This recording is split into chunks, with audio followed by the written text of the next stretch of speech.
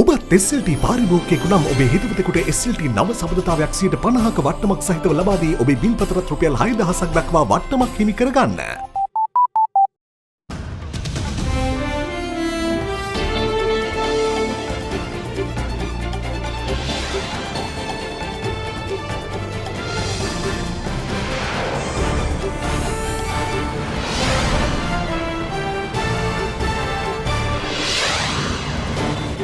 Tonight, think again.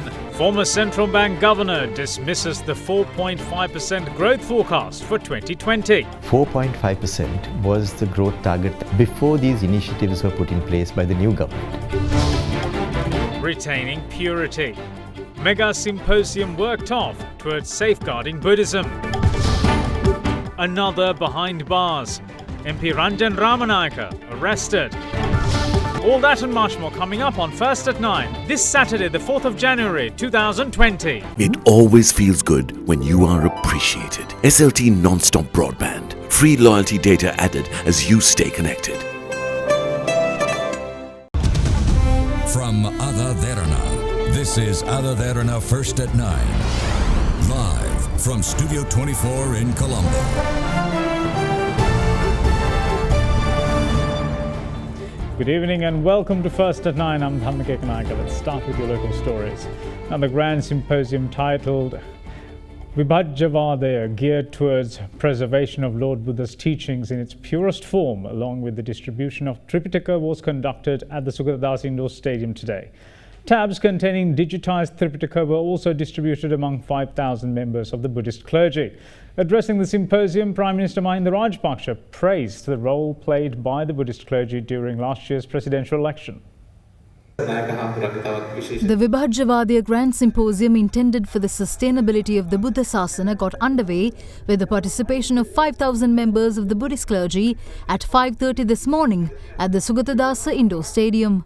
Various lectures and discussions were conducted on measures to be taken to protect the Buddha Sasana and to create a disciplined generation of Buddhist clergy. අපේ ලබුණවරුව කන්ද ආරණ්‍ය සේනාසනයේ හාමුදුරුවරු විශාල උත්සාහයක් දරලා තියෙනවා උන්වහන්සේලා ලංකාවෙන් අරගෙන එංගලන්තයට ගිහිල්ලා තියෙන ත්‍රිපිටක පොත් ටික ආපහු පුස්කොළ පොත් ටික ලංකාවට අරන් එන්න. ඒකදී පුස්කොළ පොත් ටික ලැබුණ නැතත් ඒ වගේ පිටපත් ටික දෙන්නත් ලංකාවේ මුදලින් කෝටි 30ක විතර මුදලක් වැය වෙනවයි කියලා සඳහන් කරලා තියෙනවා. ඒ නිසා අපි රජයට ඉල්ලීමක් කරමු මේ කෝටි 30 මුදල එක්ක ගෙවලා. එහෙමත් නැත්නම් ඒ කෝටි 30 පිළිබඳව ඔවුන්ට නිදහසක් ලබා දීලා එංගලන්තෙන් මේ පොත් ටික අපිට ලබා දෙන්නට කටයුතු කරන හැටියට. Chief prelates were escorted to the symposium in the afternoon while President Gotabaya Rajapaksa, Prime Minister Mahinda Rajapaksa and former President Maithripala Sirisena were also in attendance. බුදුරජාණන් වහන්සේ දේශනා කළ ධර්මය භානක පරම්පරාව විසින් ආරක්ෂා කරගෙන ආවා. ඒ රැකගෙන ආ ධර්මය ග්‍රන්ථාරූඪ කළේ මා තුල අලුලෙන් විහාරේ ඒත් මේ හෙළ දීපයේමයි. ඒ ග්‍රන්ථාරූඪ කළ ධර්මය ලොව කෙදිනක කොතැනක හෝ එහි දෙවෙනි පියවර හැටියට මුද්‍රිත මාධ්‍යයෙන් ප්‍රකාශ වුණා. ඒ පිළිබඳව පැහැදිලි දසුණක් මම හිතන්නේ අපි කාටවත් ඇත්තේ නැහැ. එහි තුන්වෙන සුවිශේෂී අදියර තමයි ඒ ත්‍රිපිටක ධර්මය විද්‍යුත් මාධ්‍යයෙන් ප්‍රකාශනයට පත් කිරීම. ඒ සුවිශේෂී සලකුණ අද දවසේදී සනිටුහන් වෙනවා. Digitized Tripitaka was also uploaded to the public domain.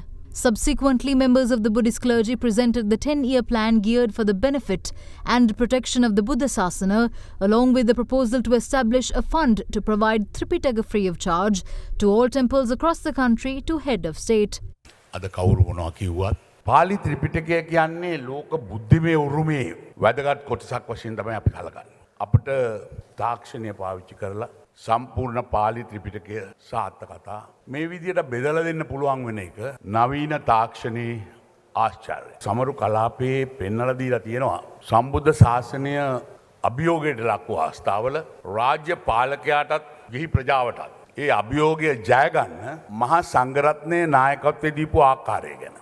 අපිට මතක් වෙනවා පසුගිය ජනාධිපතිවරණයේ ප්‍රතිඵල දිහා බැලුවම පේනවා බෞද්ධකමට හා පොදුවේ සිංහලකමට විරුද්ධ මෙහෙයුම් කොයිතරම් බලගතු විදියට ක්‍රියාත්මක වුණාද කියලා ඒ යුගයේදී රටට එරෙහි බලවේග ඒ දරපු උත්සාහය සාර්ථක වුණා නම් සිංහල ජාතියට අත්වන ඉරම කුමක්ද කියන එක ගැන අපි සියලු දෙනාම හොඳින් කල්පනා කරලා බලන්න ඕන කියන එක අපි මතක් කරන්න ඕන. මේ අභියෝග වලින් අපි තවත් ශක්තිමත් වෙන්න ඕන. අපි පහුගිය අවුරුදු 5දී අත්දැකපු දේවල් නිසා එක විදිහකට අපේ ජාතික හැඟීම් තවත් ශක්තිමත් වුණා. සමහරු මතකයි අපිට පොඩි කාලෙත් ඒක ඇහුවා.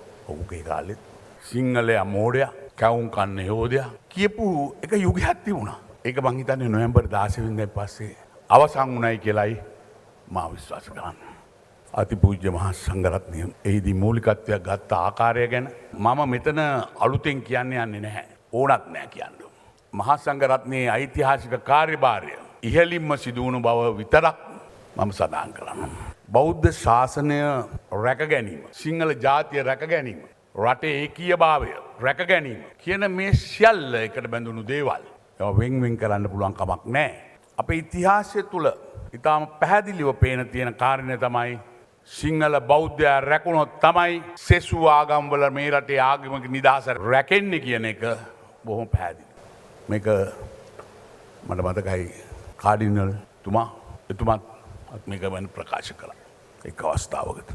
මේ රටේ වාසය කරන සියලුම ජාතීන් වල ජනතාවගේ සියලුම ආගම්වල නිදහස තහවුරු කරන්නේ සිංහල බෞද්ධ ජනතාවයි.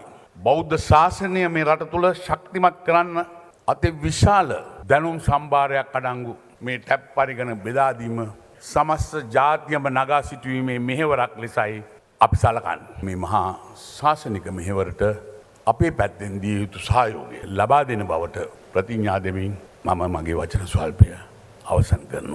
Later, tabs containing digitized Tripitaka were distributed among 5,000 members of the Buddhist clergy. The goal of the exercise is to prevent the proliferation of wrong interpretations of Buddhism and to preserve the teachings of Lord Buddha in its purest form.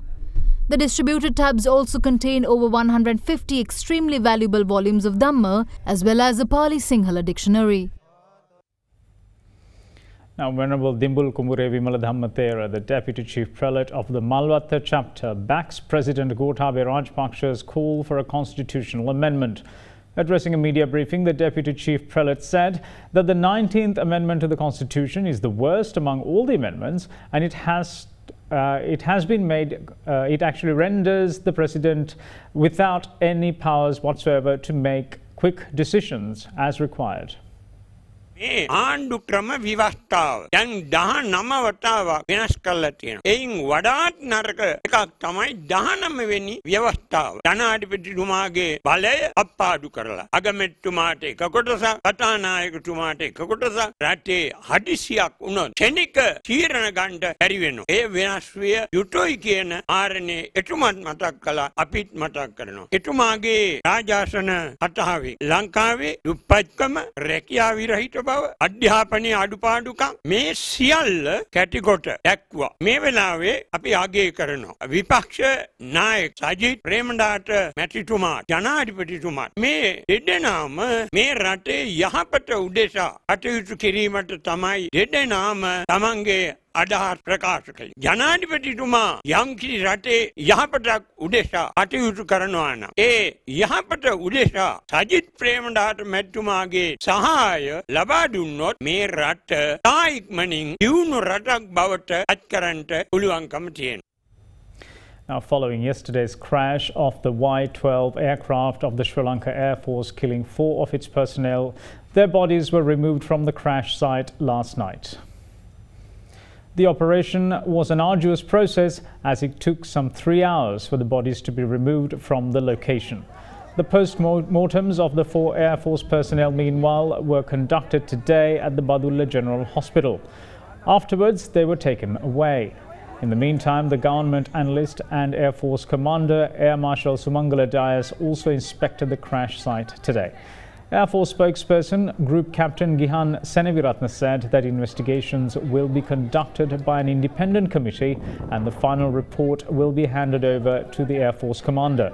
Accordingly, Air Force personnel and officers of the Crime Investigation Division of the Bandarawela Police inspected the crash site today as well.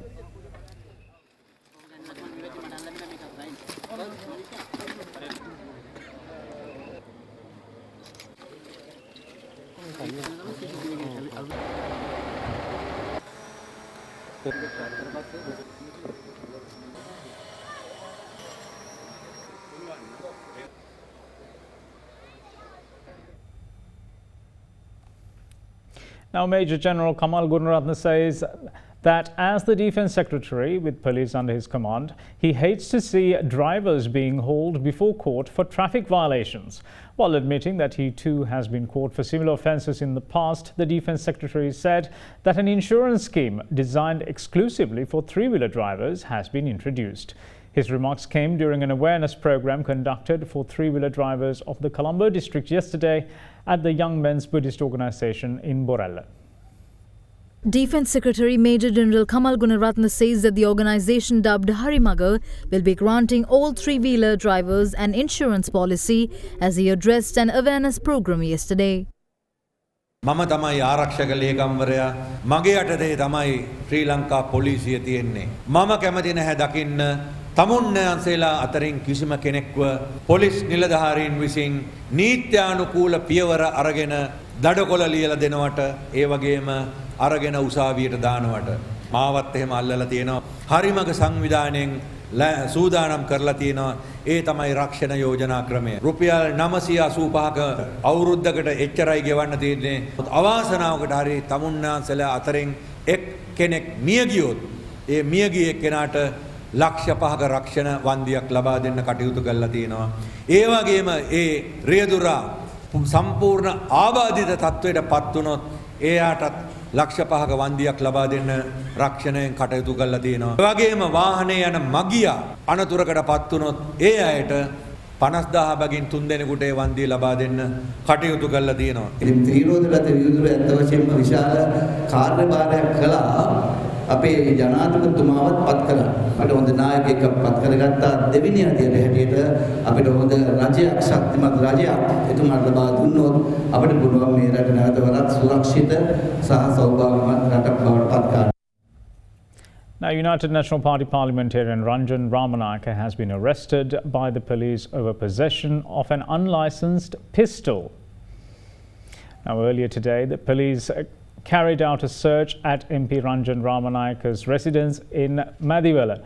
It was reported that the officers of Western Province South Crime Division arrived at the parliamentarian's residence at around 3 p.m. this afternoon with a warrant obtained from the Nugegoda Magistrates Court.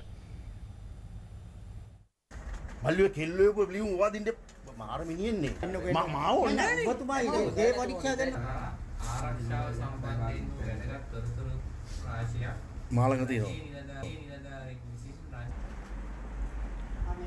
මල්ලි ඕක අරයන් නැහැ නේ අද ඇවිල්ලා රෑ එකෙක් වෙඩි තිබුත් එහෙම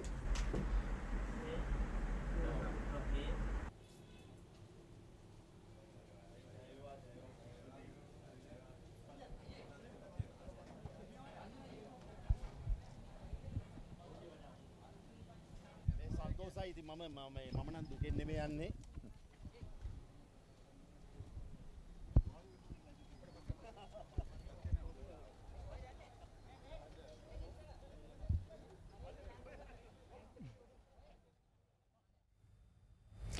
Now, 7 Sri Lankans are among dozens of suspects alleged to be involved in oil bunkering in Nigeria. Now, the Nigerian Navy has handed over 57 Nigerians, 7 Sri Lankans and 2 Ghanaians to the Economic and Financial Crimes Commission in the country yesterday. Local media reports say that they were arrested by the Nigerian Navy between the 3rd and the 30th of December last year. The commandant of the Nigerian Navy ship is reported to be saying that the nation could have lost over $2.5 million had the culprits been successful in their operation.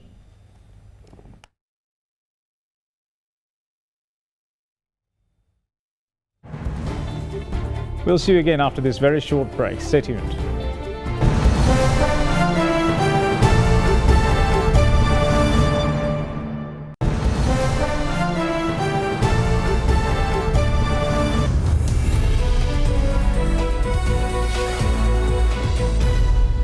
Now, former Central Bank Governor and current Senior Advisor on Economic Affairs to the Prime Minister, Ajit Nimad Cabral, says that the government should reach out to a much higher economic growth than during 2019 in order to get the country back on track. Speaking to Indivariya Muatha on our current affairs program at Hyde Park on AdaDerana 24, the former central bank governor said that the 4.5% growth expectancy in 2020, as predicted by the central bank, is in fact invalid, as it was a forecast made before the government's initiatives to boost growth were put in place. Where do you see Sri Lanka in 2020? In 2015, we enunciated an economy that was going to be a $145 billion economy by the time 2020 was reached. Today we are nowhere near that, but we are not going to be dissatisfied with that and then cry about that. We need to now take steps to move towards that line. And had we gone in the same momentum that we had in 2014, we would have probably have reached that today. But yet, we have certain issues to deal with. So going forward in 2020, I think we need to reach out for a much higher growth than what we had enjoyed or what we had suffered in 2019. We need to get our macro fundamentals into shape. When I say macro fundamentals, our interest rates have to come down. Our rupee has to be stronger and more stable. We have to see that there is a lot more investment coming into the country. We have to see that the businesses are able to have a momentum so that there is a lot more money in circulation. Now, if we get those things right, then we'll get the rest of it right. You've got to see that the optimism is created in a country. So in economics, why do markets go up in one day when there's a change of government? It is because of the feelings that they have, that it may be doing better. Now that kind of feeling doesn't last forever. So we got to make use of that, and we got to make sure that there are some results on the ground which shows that their optimism is actually warranted. We say 4.5% growth this year, but the region, there are countries that are seeing massive growth targets, and we're expecting 4.5 in 2020 and 6.5% in the years beyond. 4.5% was the growth target that the government as well as the people had and the central bank had before these initiatives were put in place by the new government. These were the numbers that the IMF has also agreed with the previous government, and those numbers are still being articulated. In my view, those numbers are not valid anymore because the fact that new initiatives have been taken to reduce taxes, and that money is going to be now with the private sector, and that's a huge amount of money that they will have. So they will reinvest that money. About 1.5% or 2% of GDP is now going to be not paid to the government but retained within the private sector because they're not paying it as taxes. So once you have that, they will invest it. They will leverage that, they will invest that, and that means more economic activity. When these things happen in the very, what normally happens is new investment also comes into a country. When new investment comes in, the interest rates also start dropping. When the interest rates come down, the risk of businesses also comes down dramatically. And when that happens, you find that people are able to invest more. I believe when this number of 4.5% was brought back and articulated, the central bank, in my view, had not taken into consideration the changes of policy, and they were merely talking about the previous numbers, and they would have probably have not really considered the impact of these initiatives that were put in by the new government. Tensions between the US and Iran continue to rise. We'll take a look at that after this break. Stay tuned.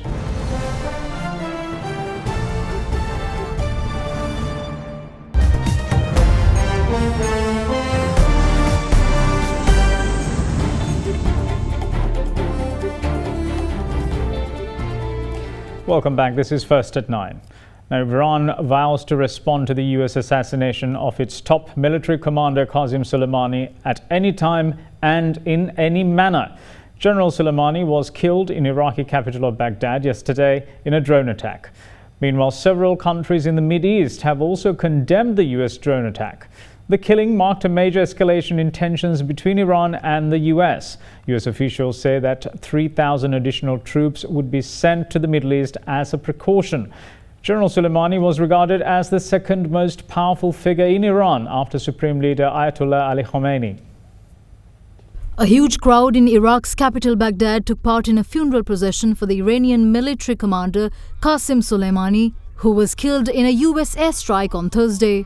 Soleimani is said to be the architect of Iran's Middle East operations, and Iran vowed to take severe revenge for his death. The gathering in Baghdad today marked the beginning of days of mourning for Soleimani, who is reviled by the West but is revered in his native country. Mourners started gathering in Baghdad from the early hours ahead of the start of the procession, waving Iraqi and militia flags and chanting death to America. In the meantime, several countries in the Mid East, Syria, Lebanon and Turkey condemned the recent US military attacks in Iraq. The Syrian Foreign Ministry said that the attack escalated the tense situation in the region and proved once again that the US government is held responsible for the unrest in Iraq. The Foreign Military of Lebanon meanwhile said the US move is a violation of Iraqi sovereignty and a dangerous escalation of the situation in the region. Turkish Foreign Minister also issued a statement saying that the US airstrike threatened peace and stability in the Middle East, and such a move could only further exacerbate the cycle of violence and gravely harm the interests of all the parties concerned.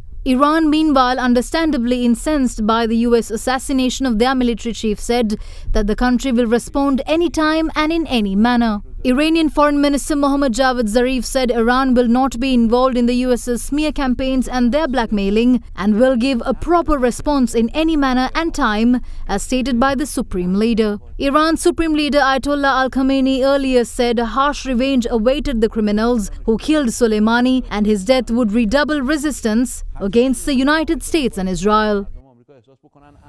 Now, Australian Prime Minister Scott Morrison has deployed 3,000 reserve troops to tackle the bushfires which continue to ravage the country.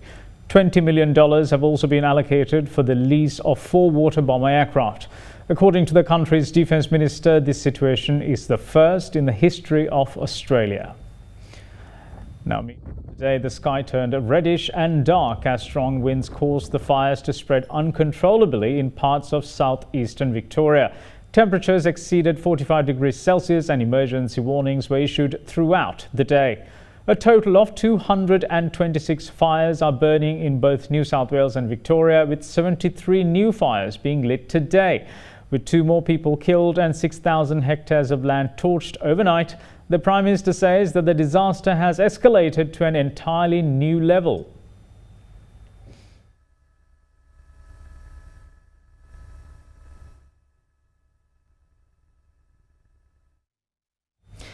A Turkish private jet firm says a rogue employee acted alone to help former Nissan boss Carlos Ghosn escape from Japan using its aircraft.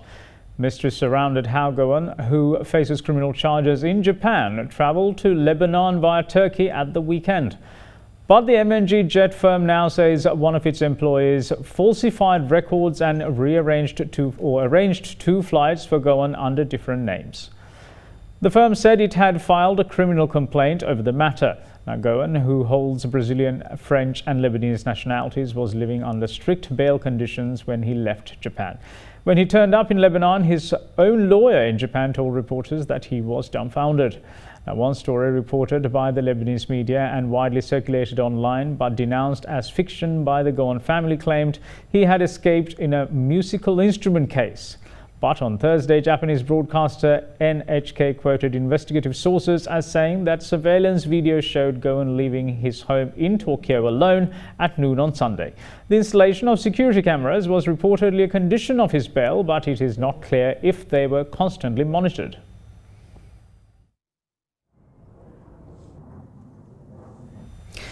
Low-level clashes took place today in Paris with demonstrators protesting against government plans to overhaul the country's pension system.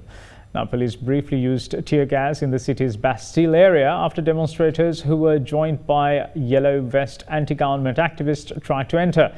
President Emmanuel Macron said that reforms are essential to simplify the current convoluted pension system, but his opponents say they will result in many French people having to work for longer. Much of France has been crippled by a national transport strike since the anti-pensions protest first began in early December.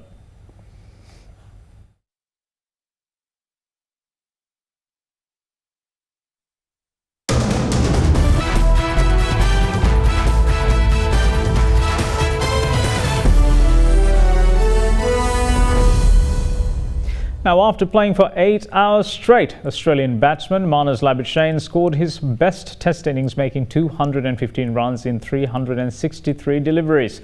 Australia lost their final 5 wickets for 44 runs to end the innings 454 all out, with Labuschagne being caught and bowled by Todd Astle.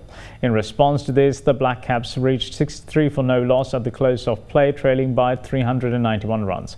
Australia, who lead the 3-test series 2-0, had resumed on 283 for 3, but lost Matthew Wade in the first over of the day off spinner Will Somerville, that is. Labuschagne, who had been 130 not out overnight, and captain Tim Payne shared a 79-run stand that pushed the Australians past 400 before New Zealand wrapped up the innings.